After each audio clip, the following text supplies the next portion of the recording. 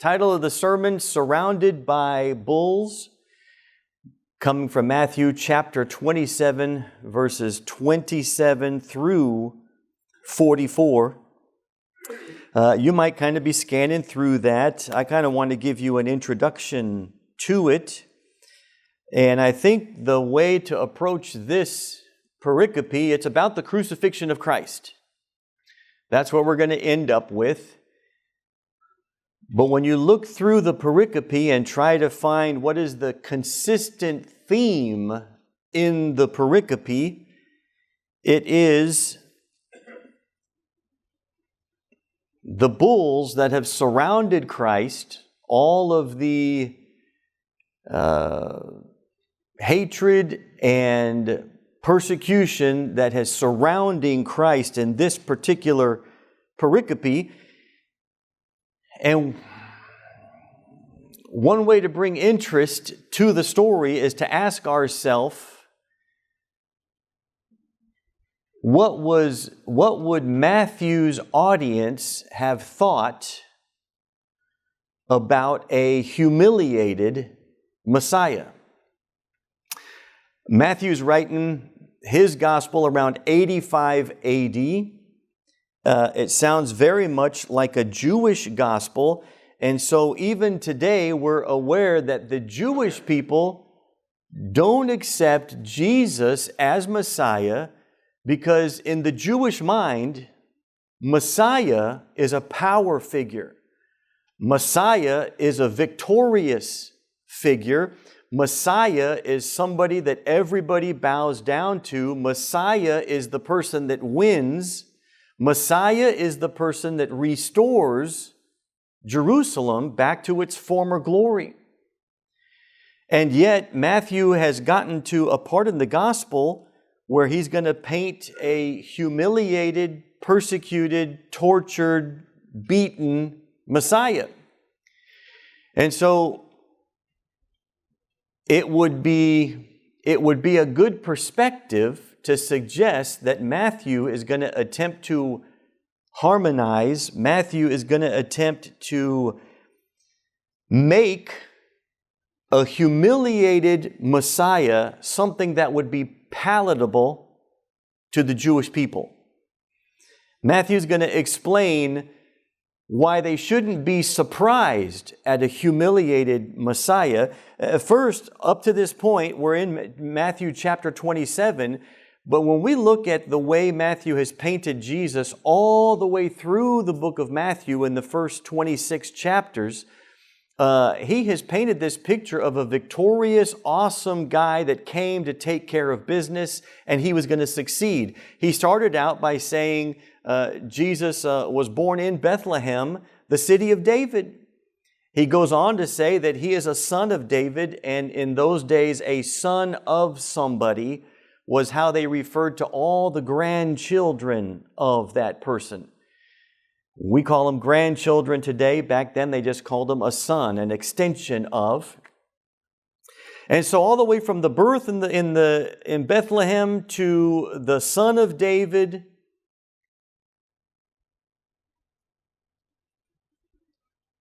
the giver of the law, the new Moses is the way Matthew paints Jesus, the new Moses, the new lawgiver. Matthew shows us a glimpse of Jesus appearing at the Transfiguration with Moses and with Isaiah. And then Moses and Isaiah disappear, and the voice from heaven says, "This is my son in whom I'm well pleased. Listen to him." He's the new authority in town. And then you get to Matthew, was it 26? Where the very first verse was, you see all these buildings here in Jerusalem, the temple, not one stone is going to be left on top of another stone.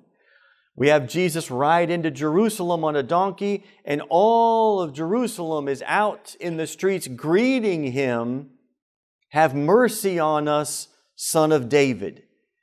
Jesus looks like a power figure. He's already threatened the destruction of Jerusalem. But now we're going to see him humiliated, and I think that's the point of the section that we're going to read about today, is when Jesus is surrounded by opposition, when Jesus is surrounded by humiliation, betrayal. How do you make sense about that part of Messiah?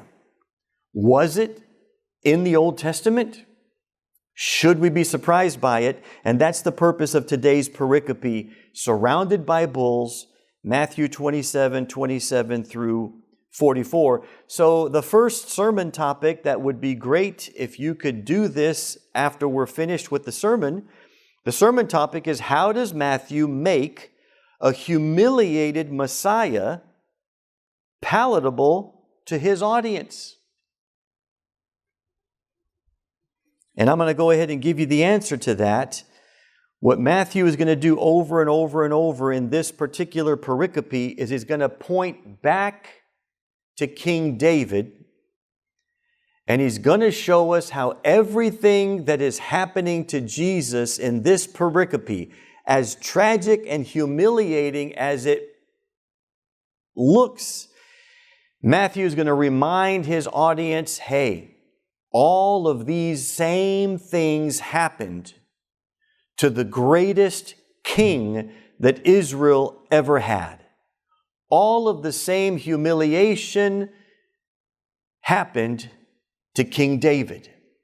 So it is there. It is part of being a great king. Humiliation is part of being the best king. Two main passages that Matthew is going to point to. Matthew is going to be Psalms chapter 69 and Psalms chapter 22. That's what we're watching for. So to set the stage, what we're going to see in Matthew's pericope, Jesus is surrounded by bulls. Jesus is surrounded by enemies, and they are going to humiliate him. And let's first of all go back and remind ourselves that David experienced the same thing. Psalms chapter 22 and verse 12. Many bulls encompass me. Strong bulls of Bashan surround me, and they open wide their mouth at me like a raving and a roaring lion. Verse 15. My strength is all dried up like a potsherd. My tongue sticks to my jaws. You lay me in the dust of death because dogs encompass me. A company of evildoers encircles me, and they have pierced my hands and my feet. That is Israel's greatest and most powerful king, King David.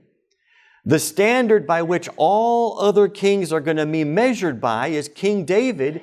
And unfortunately, for some reason, when people perceive their superhero, they only perceive the power and the awesomeness of a superhero. Nobody likes to focus on the kryptonite, the weaknesses, the bad stuff. That tends to be a human focus, and unfortunately, Israel has missed the fact that the greatest king who ever lived, the coming Messiah, would also experience bad stuff. Let me give us a little background to David's history. Let's take a good look at the good and the bad of David so we can see that part of being an awesome, exalted, powerful king is a lot of horrible stuff also happens in the life of an exalted, powerful king. So David was almost always throughout the Bible the underdog. He wasn't the alpha dog that was always on top. He was the underdog that was always being persecuted, starting with his brothers. They didn't think anything special of David. He was the smallest and the scrawniest. Let's leave him tending the sheep while we go off to fight the wars, while we go off to be the powerful soldiers. So from the beginning, David was humiliated. As he grew up, Saul, then, the first king of Israel, is going to chase David out of Jerusalem with 3,000 Jewish soldiers. 3,000 Jewish soldiers are going to accompany Saul to chase David out of his own home country. They're going to chase him over to Palestine into the hands, they're going to chase him over to Philistia, into the hands of Israel's enemies. And David is going to thrive over in Philistia. David is going to fight battles for the Philistines. David is going to win battles for the Philistines. And David is going to help conquer Jerusalem for the Philistines. And because he conquered Jerusalem, the Philistines made David the king of Jerusalem. So Jerusalem got appointed a king that they didn't want, that they had chased out of town, and he ended up being their king anyway. So the question was, the Bible had been prophesying this awesome, wonderful, messianic king who would set everything right in Jerusalem. Could that have been David? Maybe was the question. Could that be David? Well, David doesn't have to be a king for very long before you realize, no, he can't be the perfect messianic king, because David is infected with the same broken, sinful nature as Adam. And he manifests that in his life. So unfortunately, he can't be the Messiah, because Messiah would be a second Adam, a new Adam that gives life instead of giving death. So as awesome as David was, he couldn't be the Messiah, but what we're promised is that the Messiah would look just like David. The Messiah would be a shepherd king, just like David. The Messiah would love his citizens and be compassionate towards his citizens, just like David. So if you want to see what Messiah is going to look like, he's going to look just like David, only he's going to be the perfect version of a good king. Even though David became king, Absalom, his son, rose up against him. Jerusalem and Israel once again turns against its king. David once again is rejected by his own people. David has to flee out of Jerusalem once again and go into hiding. And these are the passages that David writes, I'm always surrounded by people that hate me. I'm always surrounded by these wild bulls that want to kill me. That is David's reality. People tend to forget that about David. Eventually, even though he's chased out of Jerusalem and hated and they want him dead, eventually things turn around. Absalom is killed. David comes back into Jerusalem. David rides into Jerusalem from Jericho on a donkey.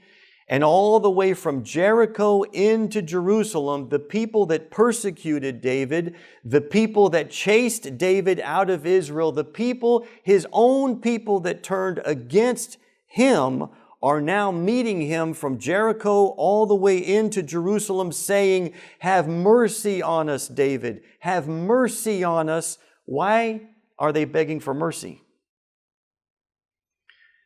Because they ran their king out of town. They hated their king. And now he's back as their king, and they're begging for mercy. We apologize for what we did to you. We're sorry for what we did to you. Well, all of those things are almost exactly, you could have substituted Jesus' name, except for the sin and the failure.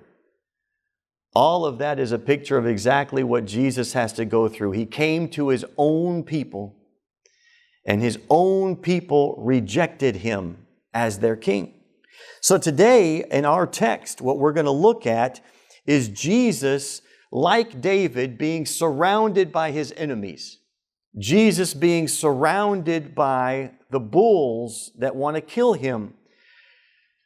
When you read through our pericope, you become aware that there's 4 groups of these enemies that Matthew paints for us. The first group is going to be the soldiers that are hostile towards the king of the Jews.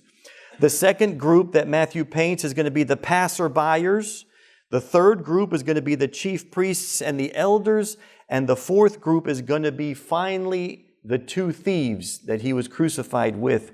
These are the bulls that Matthew tells us have surrounded the king of the Jews. So let's get into our text. Matthew 27, verse 27 through about verse 30. And then the soldiers, I'd put a square around the soldiers. This is the first group of people. The soldiers of the governor took Jesus into the governor's headquarters, and they, put a square around they, that's the soldiers, gathered the whole cohort, the whole battalion before him. And they stripped him and put a scarlet robe on him.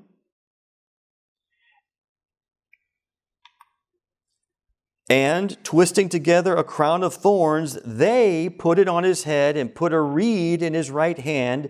And kneeling before him, they mocked him, saying, "Hail, King of the Jews!" And they spit on him, and they took the reed, and they struck him on his head. Notice the repetition here, and they, and they, and they, and they. I would put squares around that, because these are the bulls that have surrounded the King of the Jews. Let me give you a couple little details. I don't want to wander too far off from the theme, but there's a couple of details here. It says, and they gathered the whole cohort, and they gathered the whole battalion. What this is an image of is once they left Pilate and the soldiers had Jesus in their possession, they were walking him off to do whatever they wanted to. And when they got to wherever the soldiers were, these soldiers that were taking Jesus called all of the other soldiers over. And they gathered the whole battalion. Hey guys, come see the King of the Jews. Now another little point of interest here is that this cohort, a cohort of soldiers, is 600 soldiers. For some reason, the commentaries differ and they say it could have been as few as 200, but a cohort is 600. So let's just say hundreds of soldiers are gathering around, surrounding to see the King of the Jews. As another side note, John chapter 18 and verse 3 says, Judas having procured a band of soldiers. Unfortunately, they have hidden the word cohort there. Spada. The cohort is the soldiers that went to go get Jesus in the garden. And now here's the same cohort once again gathering together, say, let's see what's going to happen to this King of the Jews. Another little detail, in the movies, they treat Jesus like a king. They seem to get this king's robe from somewhere, a purple robe. They put it on him and they put a crown on his head. But there's something in Matthew's text that reveals something just a little bit different. It's this word kokinos. Kokinos is the word that gets translated scarlet. A scarlet robe. A scarlet robe is a red robe. And the koki is a berry that they would use that was a very, very cheap way to dye clothing this scarlet red color. And then if we look a little deeper at the garment that the soldiers wear, this red scarlet indicates that the klamus is a sash that the soldiers would wear, is a cheaply dyed garment worn by soldiers. So contrary to what some of the movies have depicted, Jesus getting a purple king's robe, it's actually one of the soldiers took off his red sash and put that around Jesus to mock him. Why all the hostility? Here's something else that's interesting. Why are these soldiers so hostile towards Jesus? And here's a little bit of background that would be valuable for us.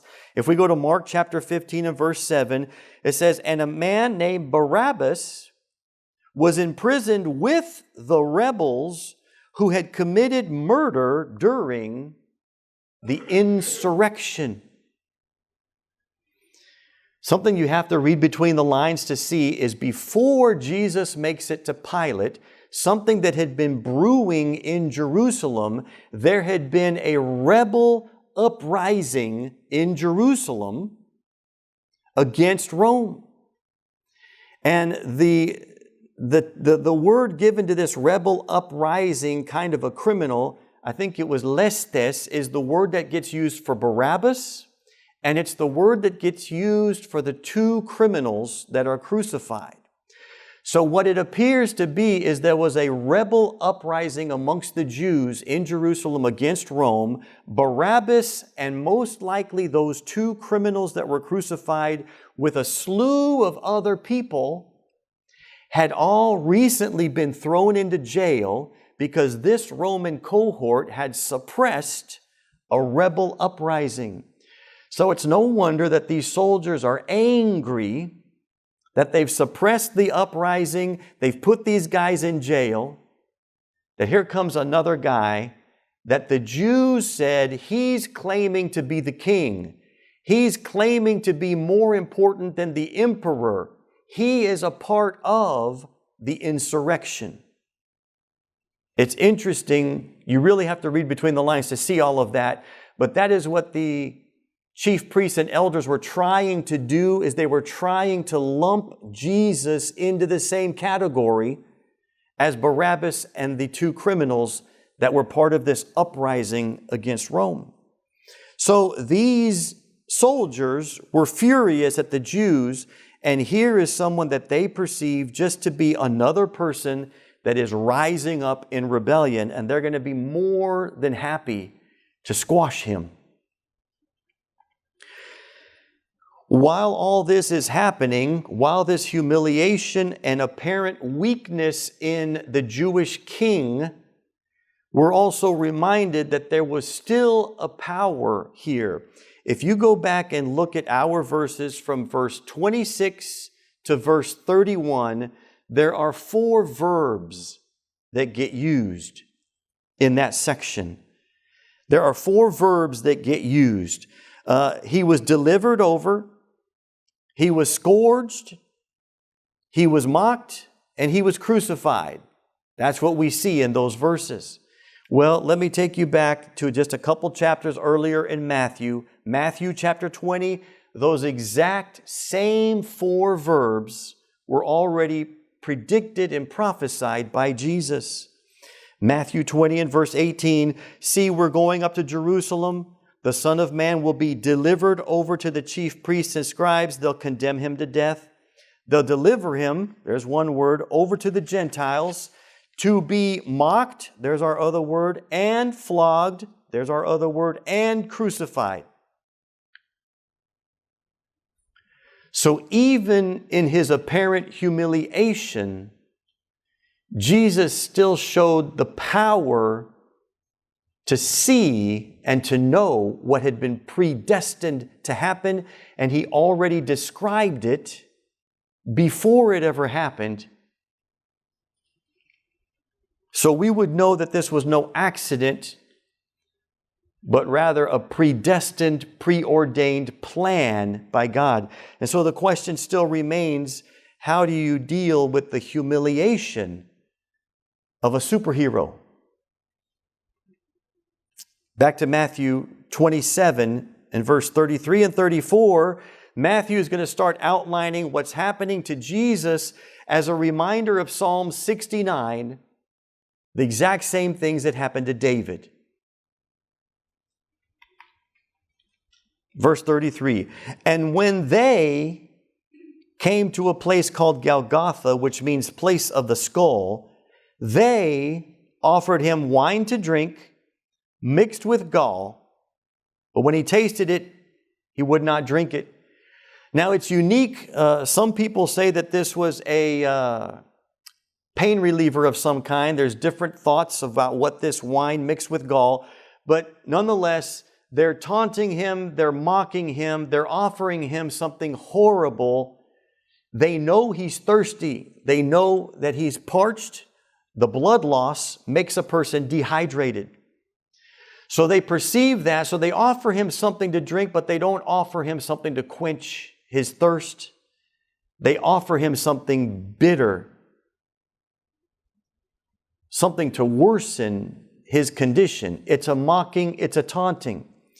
Well, he is asking us to be good students of the Old Testament. If we go back to Psalm chapter 69, King David was offered the same thing. Psalm 69 and verse 21, they gave me poison for food, and for my thirst they gave me sour wine to drink. You know, we've gotten so used to the New Testament that when we see New Testament stuff in the Old Testament, we assume that the Old Testament was just prophesying. But the reality is when we see stuff in the Old Testament, these are things that are actually happening to David. And God did it that way to prove His omnipotence, His sovereignty. I'm going to show you how they're going to treat the Messiah by showing you how they treated their best king ever. It's one thing to be able to say that something is going to happen in the future, but only God can make things happen in the past that are a type and shadow of what He's going to do in the future. Some other highlights that come out of Psalm 69. It's worth reading the whole psalm because if you read it, you'll assume he's talking about Jesus. Psalm 69, verses 7 through 9. Remember, these are things that David is crying out about. Psalm 69 and verse 7. It is for your sake that I have borne reproach, that dishonor has covered my face. I have become a stranger to my own brothers, an alien to my mother's sons, because zeal for your house has consumed me, and the reproaches of those who reproach you have fallen on me. Psalm 69 and verse 4. More in number than the hairs of my head are those who hate me without cause. Mighty are those who would destroy me, those who would attack me with lies. Let me put a pin in the sermon right there. That is King David, Israel's most glorious, most celebrated king ever. And to fast forward to first century Jerusalem and to have the Jewish nation say, oh no, we can't accept him as a savior. Israel's king could never look like that. Israel's king could never be humiliated. Israel's king could never be chased out of town. Israel's king could never have enemies be victorious over him. Well, then you've just forgotten what David looked like. If Israel would go back and take an honest look at David, you will see Jesus. And with that side note, there's something else that goes with this text. Anybody who would reject this kind of a king, whether it's today or back then, when somebody looks at Jesus and says, I cannot accept that as Messiah, the Muslims do this, Islam does this. Oh, we don't accept him as being God because he was humiliated. He was embarrassed. That kind of stuff doesn't happen to God's chosen people. But if you refuse to accept the kind of king that Jesus is, Jesus says, you only refuse me because you hate God. The way people react towards Jesus, Jesus says, is merely their same reaction towards God. Let's look at it. John chapter 15, verse 23. Jesus said, whoever hates me hates my Father also. If I had not done amongst them the works that no one else did, then they would not be guilty of sin. But now they have seen and hated both me and my Father. And then he goes on to quote David.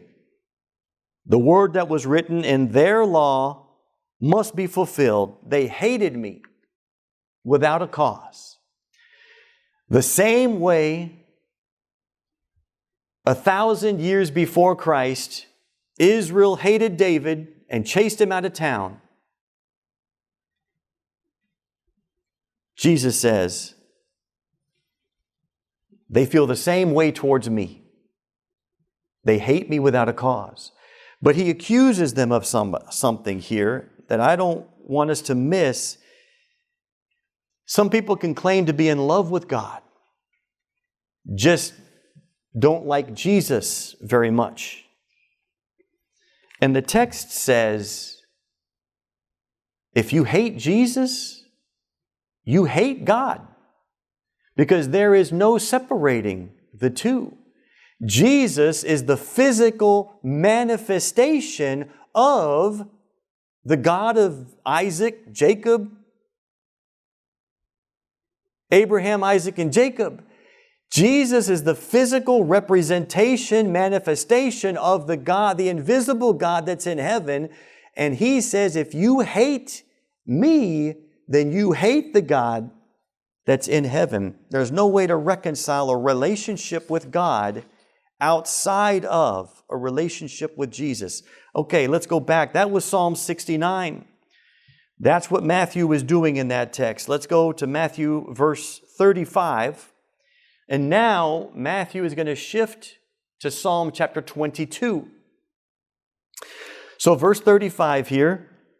And when they had crucified him, they divided his garments amongst them, and they cast lots for them. Matthew is reflecting back to what happened to David. Psalm 22:16. Dogs encompass me. A company of evildoers encircles me. They have pierced my hands and my feet.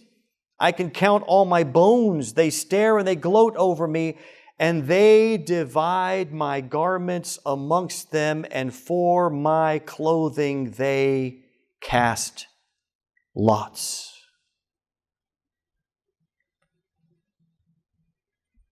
For someone to say, no, that guy can't be the Messiah.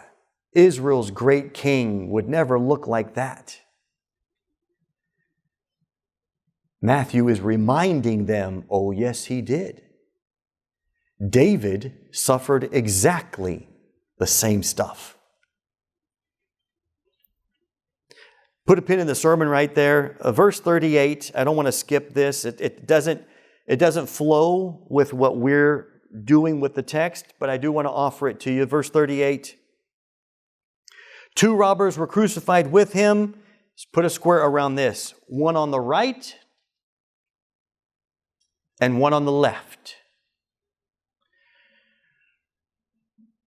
What I'm reminded of in that verse is that sometimes we have no idea what God is doing, and we want to inject ourselves into this ideal, pristine image of what we think God is doing. And that's exactly what the mother of James and John did. Jesus, can you let my 2 sons sit, one of them on your right hand and one of them on your left hand when you come into your kingdom?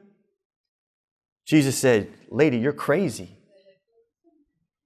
you have no idea who's going to end up on my right and on my left when that day comes. I'm fascinated by that piece of text because you assume glorious, joyful, wonderful things in store. What we see, and yet the reality, when Jesus comes into His kingdom, He's going to have two robbers crucified on His right and on His left. That's just a little side note. Let's go to the second group of bulls, the passerbyers, verse 39. Those who passed by derided Him, wagging their heads. Again, Matthew is giving a nod back to Psalm chapter 22 and verse 7. All who seek me mock me. They make mouths at me and they wag their heads.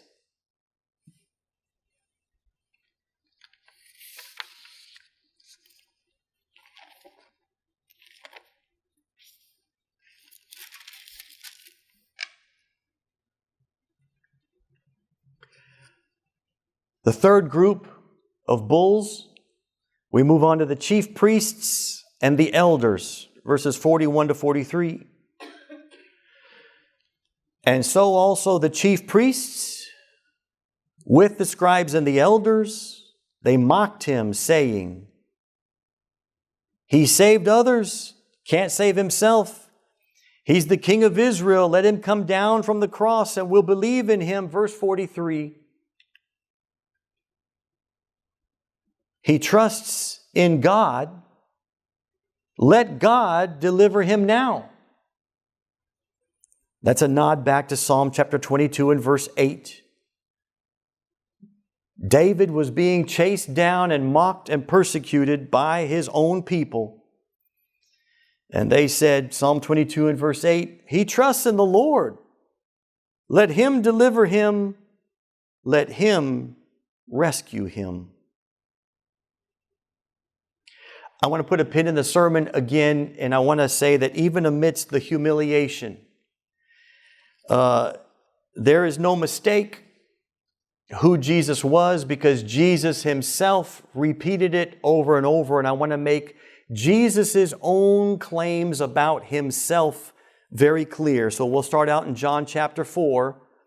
Jesus declares Himself the Messiah that is to come. Matthew, in John chapter 4, He meets a Samaritan woman. Samaritan woman is confused about all kinds of things, but she is holding out for a great hope. This great hope that someday the Messiah is going to come and He'll help us understand everything. John 4:25. The woman said, I know that Messiah, the one called the Christ, is coming.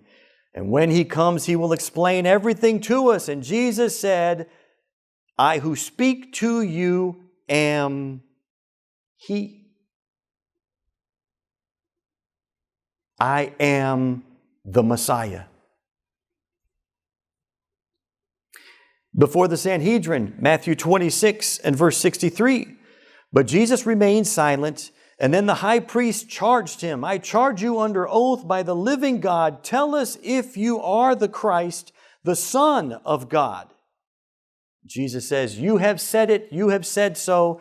That's an archaic, that's an odd way of saying what you have just said is correct. You are correct in what you are saying. Yes, I am the Christ, I am the Messiah, I am the fulfillment of the law, the prophets, and the Psalms. I am the Son of God. There is something fascinating about this claim of being the Son of God, that it was not only infuriating for the Jews, but it was scary to the Romans. Because to the Romans, the Son of God was always the emperor. The emperors were called the Son of God. Augustus Julius Caesar was made divine, was made a god. And when Augustus became emperor, Augustus was called the Son of God, the son of the Caesar. So for Romans, Son of God was a big title. I want you to see that when Pilate found out Jesus was the Son of God, he became afraid. John chapter 19 and verse 7, and he has made himself the Son of God. And when Pilate heard this, he was even more afraid. A man with 600 soldiers, a cohort of soldiers, was afraid. Let me go back. We've got Jesus saying He's the Christ, He's the Messiah. We've got Jesus saying He is the Son of God. We need Jesus to say He's the King of the Jews. Matthew 27 and verse 11.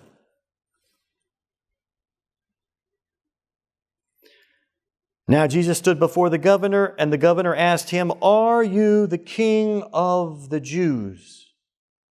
And Jesus said, "You have said so." Again, an archaic way of saying what you have just said is correct. Yes, I am the King of the Jews.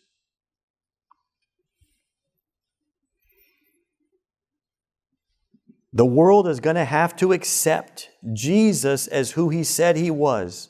The Savior of the world, the Messiah, the King, the Son of God, the Christ. Nothing short of that pertains to reality. Some people go, well, I like Jesus. He was a good prophet, but He's not the Messiah. He's not the King. And Jesus says, unless you accept me the way I've presented myself, if you should not like the manifestation that you see before you, then that only means that you do not like the God of heaven. If you do not like the way the Messiah has been portrayed in the Gospels, then that only means that you also hate the God of heaven.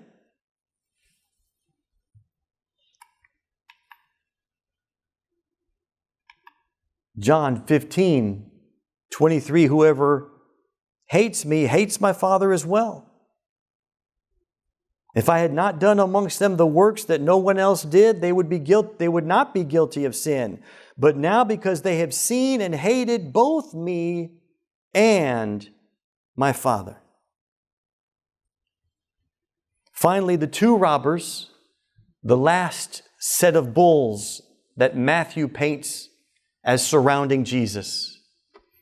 The two robbers, verse 44. And the robbers who were crucified with Him also reviled Him in the same way.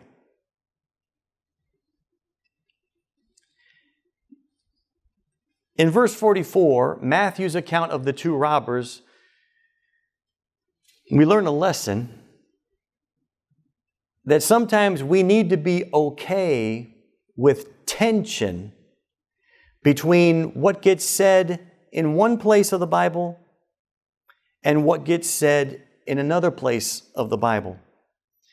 Because the author, through the inspiration of the Holy Spirit, is doing one thing with this person who is writing this letter or this book, but the Holy Spirit is doing something different with this person that's writing this letter or this book. So whatever he said in that moment is what that audience needed to hear, and whatever gets said in this moment is what this audience needed to hear. Matthew doesn't tell us that one of the thieves cried out, "Save me, let me be part of your kingdom." Because from Matthew's perspective, what is Matthew doing in this pericope? He's showing that Jesus was surrounded by enemies the same way that David was surrounded by enemies. And having one of these thieves confess Christ just wasn't part of Matthew's story. It's a part of one of the other Gospels' story because it pertained, but Matthew chose to leave it out. And so here Matthew leaves us with both prisoners agitating Jesus. One of the commentaries on this says, there is thus a harsh irony in the fact that Jesus dies associated with a movement from which he has attempted to distance himself. What that means is Jesus was no part of that insurrection, the rebellion against Rome that Barabbas and these two criminals were part of. He was no part of that.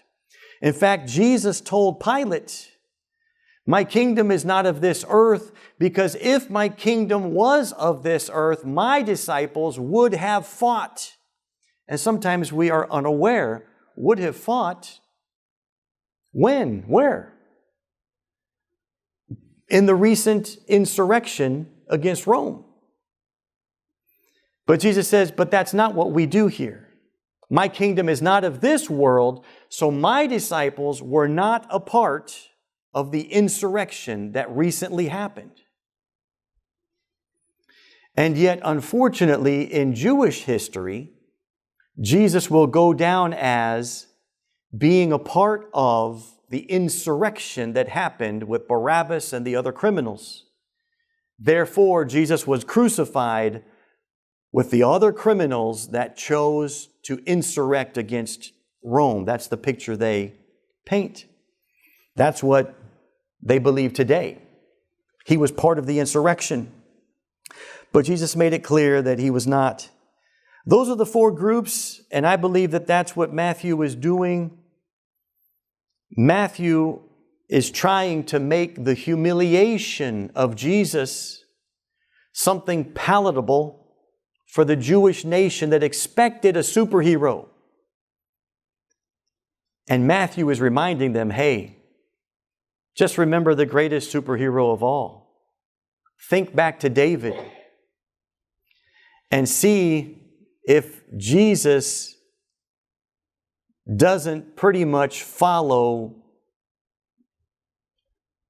David's life almost to the letter.